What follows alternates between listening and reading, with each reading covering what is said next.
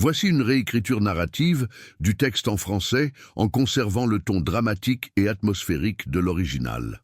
0. C'est le nombre d'hommes qui revinrent. 5000 soldats d'élite, la 9e Légion Hispana, disparurent sans laisser de traces, avalés par la terre. Aucun survivant, aucun corps retrouvé. Seulement le silence oppressant des forêts et la pluie. L'aigle, l'âme même de Rome, fut perdu à jamais. Un chapitre effacé de l'histoire. C'était l'an 117 après Jésus-Christ, aux confins du monde connu. Ce n'était pas Rome, avec ses marbres et son ordre. C'était la Britannia. Un marécage froid, misérable, peuplé de tribus sauvages qui se peignaient en bleu et hurlaient comme des loups. Un lieu qui haïssait les Romains. Ce n'étaient pas des recrues. C'était la 9e, des vétérans endurcis par le soleil d'Espagne et les guerres de Germanie. Ils combattaient pour l'Empire depuis un siècle. Ils étaient la machine de guerre parfaite, disciplinés, létaux, implacables. Ils se croyaient invincibles, et ce fut leur première erreur fatale, car en Calédonie, les règles de la guerre ne s'appliquaient pas. L'ennemi ne portait pas d'armure, ne formait pas de ligne. C'étaient des fantômes dans la brume. Ils attaquaient depuis les arbres, utilisaient le terrain comme une arme et disparaissaient avant même que le premier javelot ne puisse voler. C'étaient les Brigantes et les Pictes. Pour Rome, la perte d'une légion était une blessure insupportable. Mais la perte de l'aigle, leur étendard sacré, était plus qu'une défaite militaire. C'était une humiliation religieuse, une tache sur l'honneur de l'empereur. L'aigle devait être récupéré, quel qu'en soit le prix. L'ordre vint directement du nouvel empereur, Hadrien. Le nord était en feu. Les tribus s'étaient unies dans un but sombre, chasser Rome. La 9e fut envoyée à Eburacum, aujourd'hui York, comme fer de lance. Ils avaient une seule mission, marcher vers le nord et les écraser. Les légionnaires sentaient la tension dans l'air. Les éclaireurs locaux et les auxiliaires bretons refusaient d'aller au-delà du dernier mur de pierre. Ils parlaient de forêts obscures où le soleil ne touchait jamais le sol et de sacrifices sanglants sous la pleine lune. Superstition, riaient les Romains. À leur tête se trouvait un général dont le nom s'est perdu. Un homme pragmatique qui ne faisait confiance qu'à l'acier romain et à la discipline. Il lisait les rapports mentionnant des milliers de guerriers peints et les rejetait. Des sauvages, comment une poignée de barbares nus pourrait-elle affronter 5000 des meilleurs soldats du monde? Mais cette guerre ne concernait pas les formations. Elle concernait la terreur psychologique. Les Romains étaient habitués à voir leur ennemi. Ici, l'ennemi était le vent, le craquement d'une branche, une ombre se déplaçant trop vite. La discipline romaine commença à se fissurer, remplacée par une paranoïa glaciale. Ils franchirent la frontière de la civilisation, laissant derrière eux les forts et les routes pavées. Chaque pas vers le nord était un pas vers l'inconnu. L'air devint plus froid. La pluie se transforma en un rideau gris et constant. Puis, le brouillard descendit sur eux. Ce n'était pas un brouillard ordinaire, c'était un mur blanc et oppressant qui dévorait tout, réduisant la visibilité à peine 2 mètres. Les hommes ne pouvaient plus voir le camarade à leur côté. La communication se rompit. La Légion, machine de guerre, parfaite, se désintégra en 5000 hommes effrayés et aveugles. Les registres officiels romains s'arrêtent simplement là. La 9e Légion Hispana, avec tous ses hommes, son équipement et son aigle, cessa d'exister dans les livres de comptes de l'Empire. Que s'est-il passé exactement? Dans ce brouillard, ce fut un massacre, une embuscade parfaitement exécutée par les tribus calédoniennes. Pendant des siècles, on a supposé une annihilation totale, une seconde bataille de Teutobourg, mais encore plus mystérieuse. Mais la vérité pourrait être bien plus compliquée. Il n'y a pas de champ de bataille, pas de fosse commune massive. L'archéologie ne trouve aucune trace d'une grande tuerie. Alors, où sont-ils? Comment 5000 soldats entraînés, couverts d'acier, peuvent-ils disparaître sans laisser la moindre trace? La terre les a-t-elle avalés? Ont-ils déserté? Ou s'est-il passé quelque chose de bien plus étrange, quelque chose que l'Empire romain a décidé d'effacer de l'histoire par pure honte? L'histoire officielle est le silence, Mais le silence est en soi un aveu. Lorsque l'empereur Hadrien arriva en Britannia, quelques années plus tard, il ne tenta pas une nouvelle conquête. Il fit quelque chose de complètement différent. Il ordonna de construire un mur de 117 kilomètres de long. On ne construit pas l'une des plus grandes fortifications de l'histoire humaine pour célébrer une victoire. On l'a construit pour garder quelque chose à l'extérieur. On l'a construit par peur. Le mur d'Hadrien n'est pas un monument à la puissance de Rome. C'est la pierre tombale de la 9e Légion. Pour comprendre, il faut cesser de les voir comme une légion et penser à eux comme des hommes transis de froid, trempés, loin de chez eux. Des hommes qui entendaient des tambours dans la nuit qui n'étaient pas romains. Des hommes qui commençaient à douter de leur commandant et de leur Dieu. Et il faut penser à l'ennemi, les Calédoniens. Ce n'étaient pas des sauvages. Ils connaissaient chaque marécage, chaque sentier caché.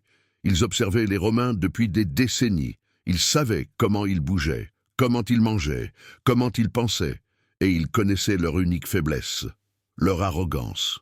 Le brouillard ne fut qu'un outil. Le général romain avait sans doute envoyé des éclaireurs, mais ils ne revenaient pas. Ou pire, ils revenaient avec des rapports contradictoires. La forêt est vide, la forêt est pleine de milliers d'hommes. La confusion était l'arme principale de l'ennemi. La légion marchait droit dans un piège parfaitement conçu.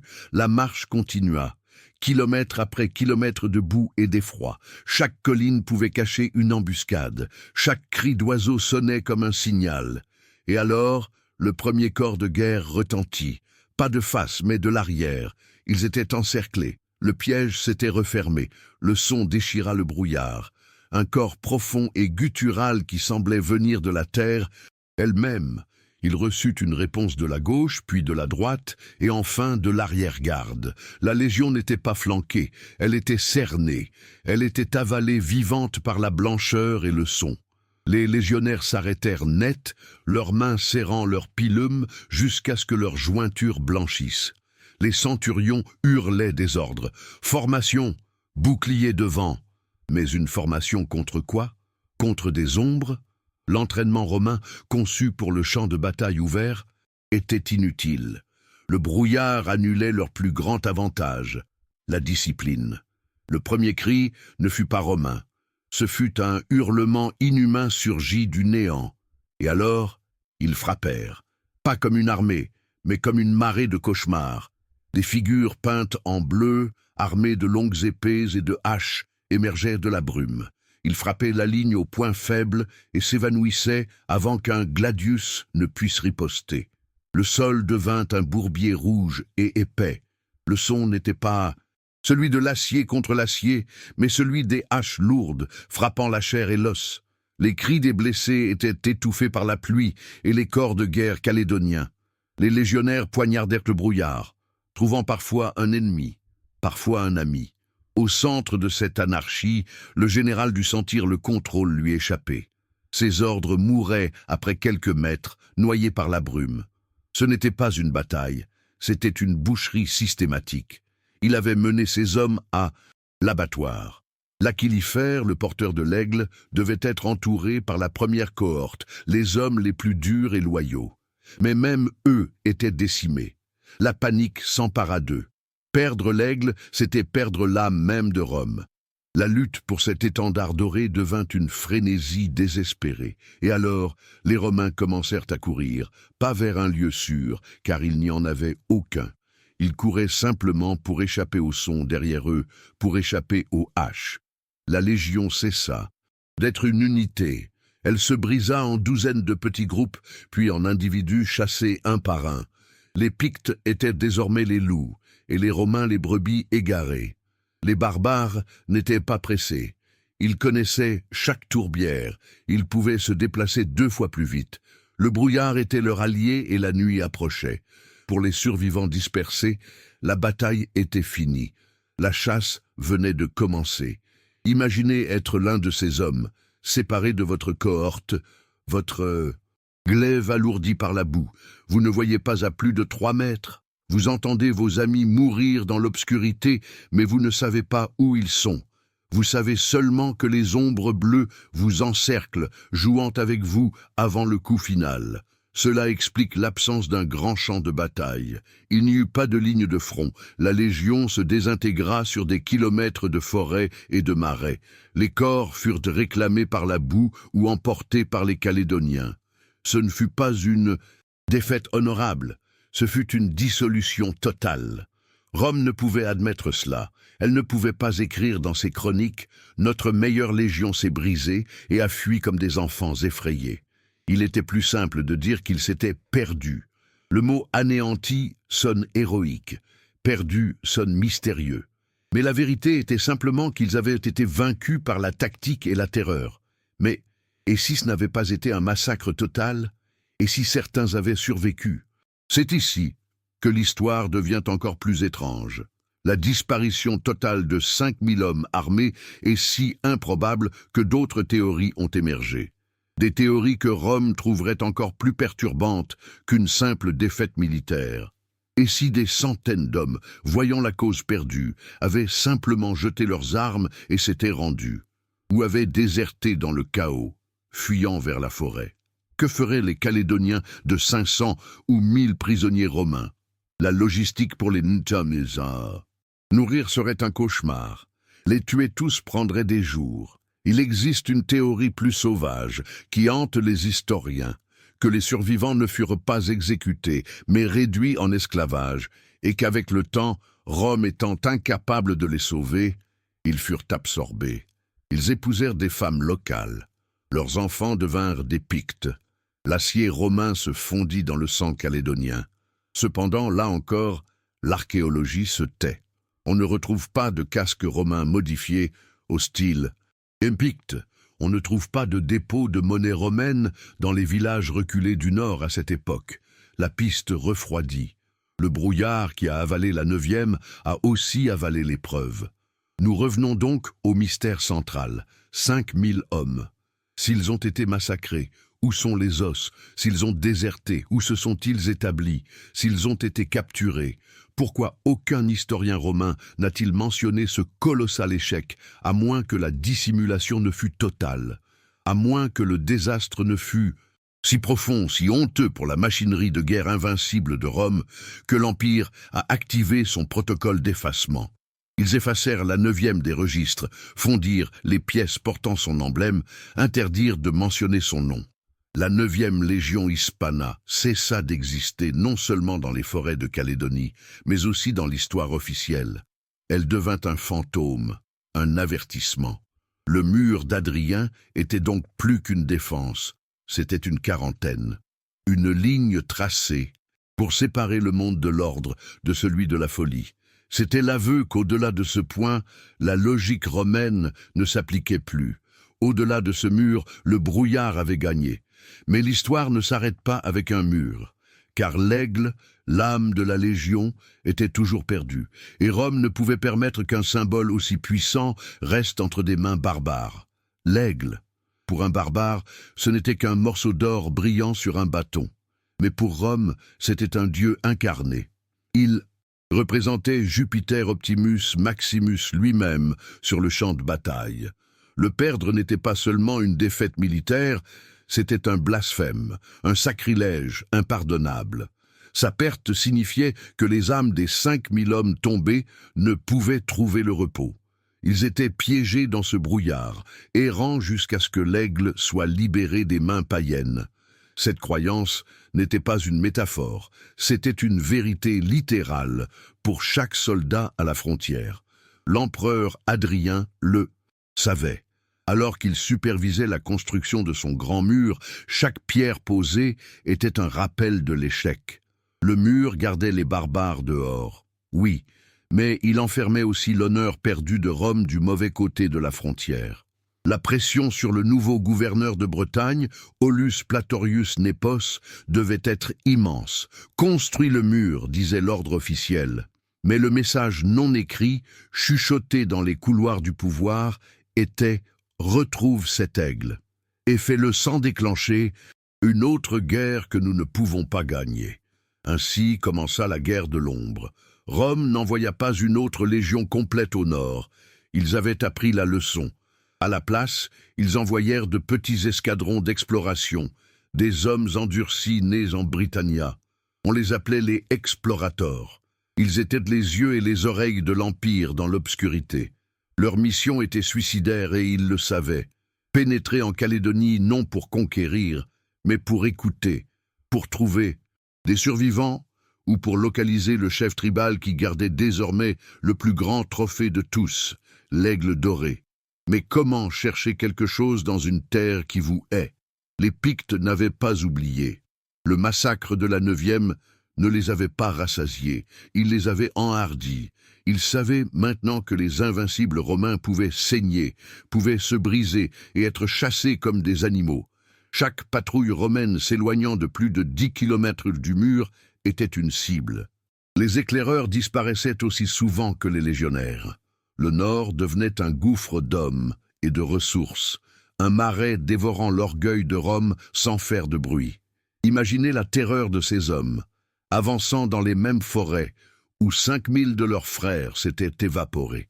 Chaque craquement, chaque corbeau, était-ce le vent, un avertissement, un fantôme ou un guerrier picte attendant dans la brume?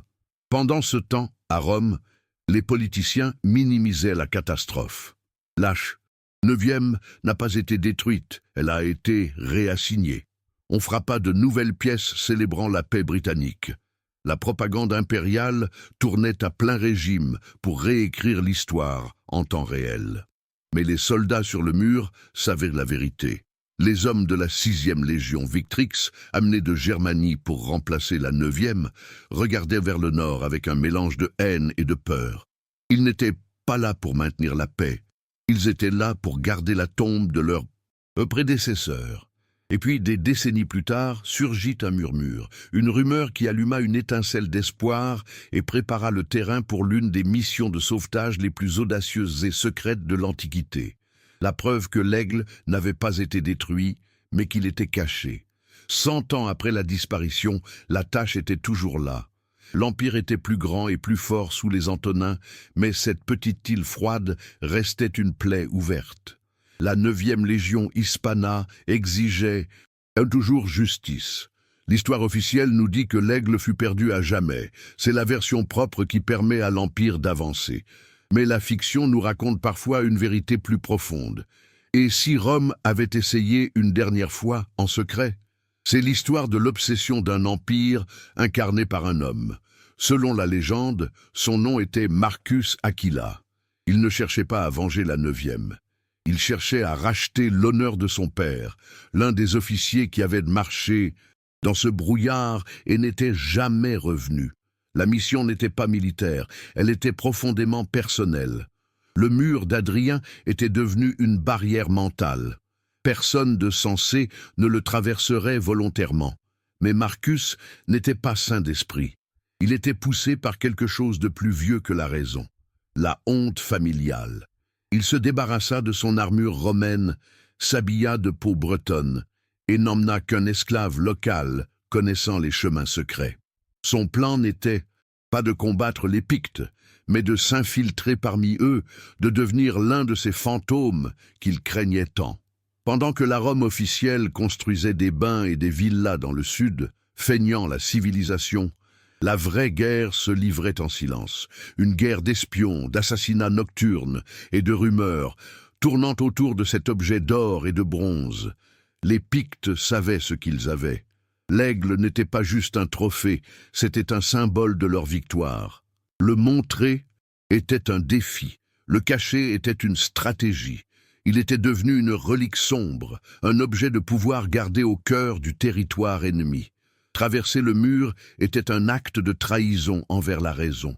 Marcus Aquila laissait derrière lui la lumière de Rome, l'ordre, la loi. Il s'enfonçait volontairement dans le monde qui avait avalé 5000 hommes. Son guide, un esclave nommé Esca, le regardait avec peur.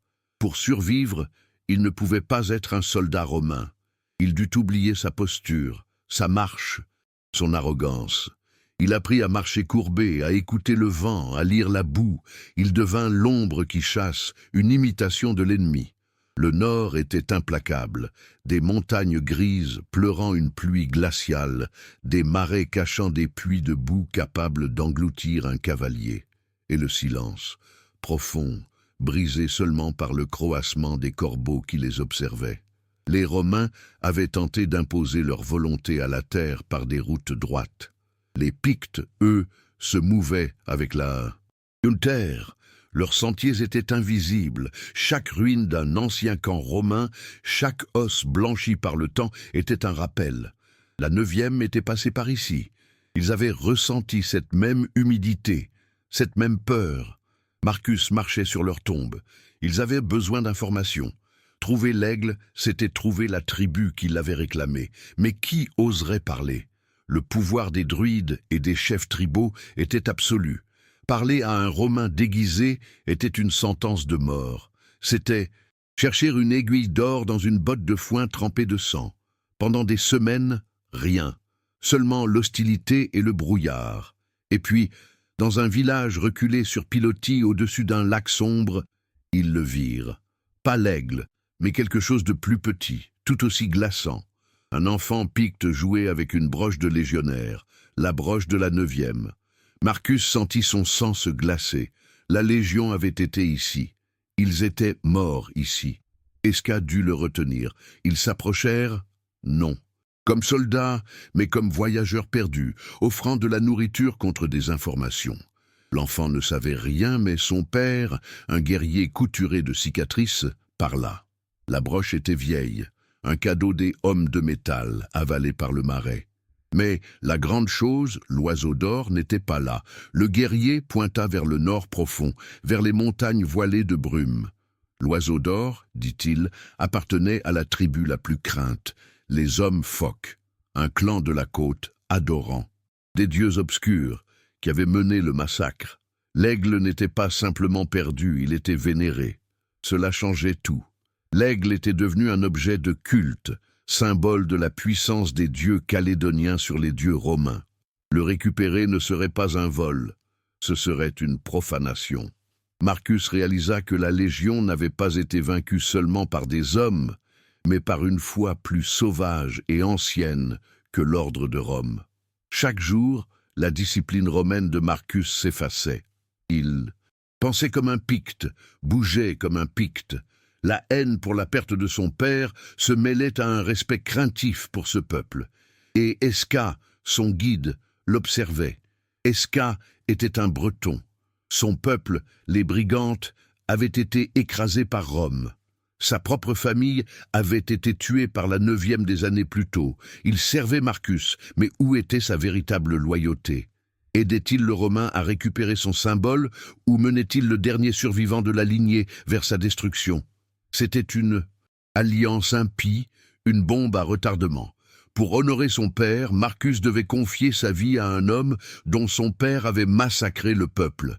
L'information les mena vers la côte ouest, le domaine des hommes phoques, un lieu dont même les autres Pictes n'osaient parler, là où la terre finissait et où commençait la mer rugissante. Le voyage vers l'ouest fut une descente aux enfers. Ils quittèrent les forêts pour des landes ouvertes, fouettées par le vent. Le ciel était une dalle de granit, menaçant de les écraser. Esca marchait devant. Il n'était plus l'esclave craintif. Ici, il était le maître. Il connaissait le vent. Marcus était le faible, dépendant de lui pour vivre. La vengeance d'Esca n'avait pas besoin de couteau, juste de patience et du climat.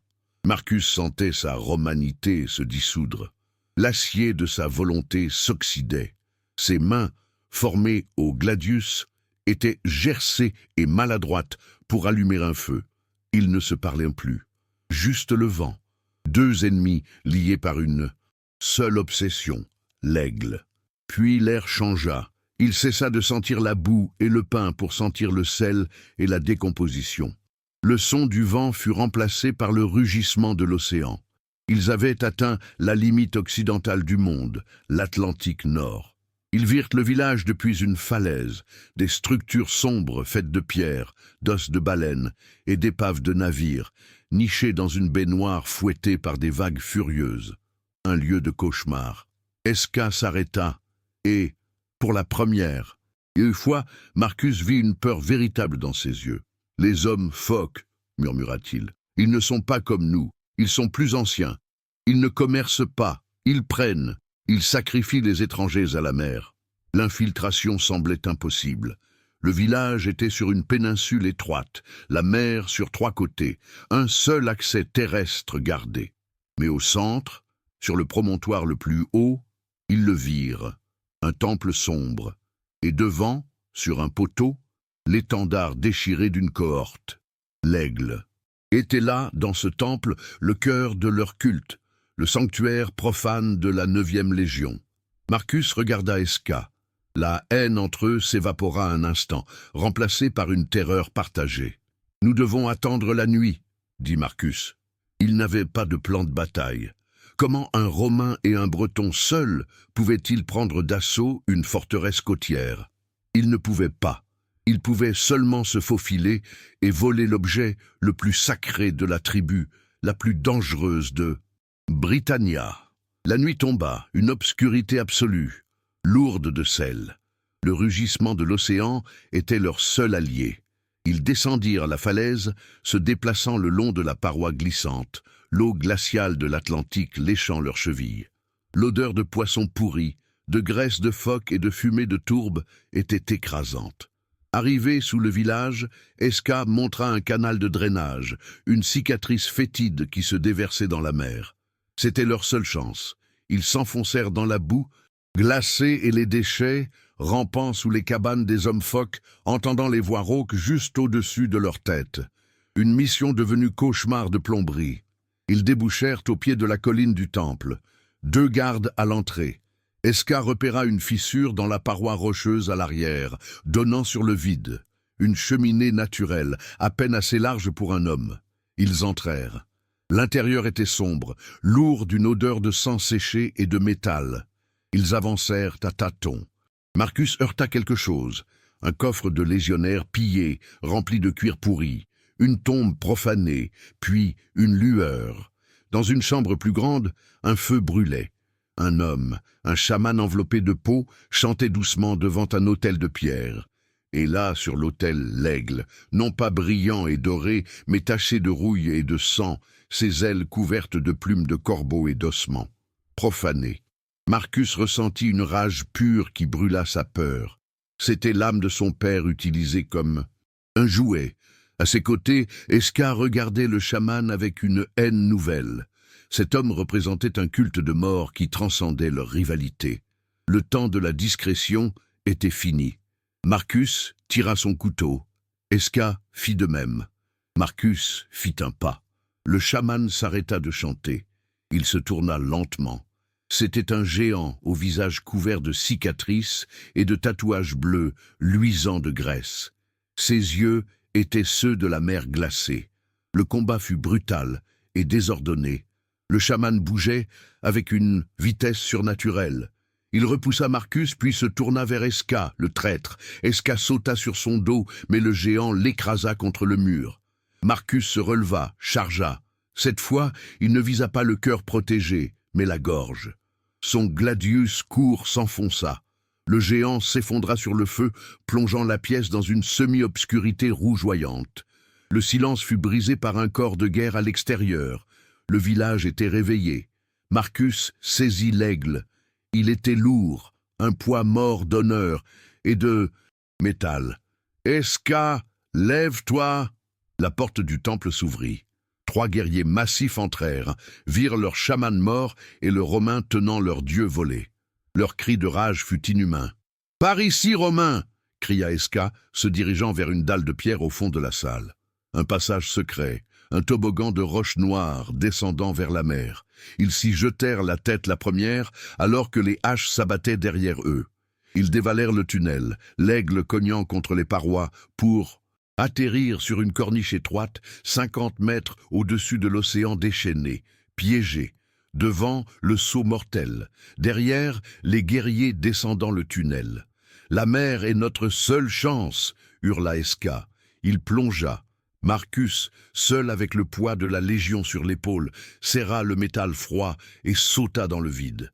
L'impact de l'eau fut comme un coup de masse. Le poids de l'aigle l'entraînait vers le fond. Il luttait, ses poumons brûlaient, il allait mourir. Puis, une main saisit ses cheveux. Esca, le temet, Breton était revenu pour lui. Ensemble, ils luttèrent contre la marée, recrachés sur une plage de galets à 1 kilomètre de là, brisés, tremblants, mais vivants. La fuite qui suivit fut une agonie. Ils n'étaient plus chasseurs, mais proies. Les hommes phoques connaissaient la côte, leur bateau serait à l'eau dès l'aube. Ils durent courir vers l'intérieur des terres, trébuchant dans les landes. Le poids de l'aigle déchirait l'épaule de Marcus. Esca, les côtes brisées, guidaient leur marche, fantomatique. Ils dormaient dans des fossés, mangeaient des racines.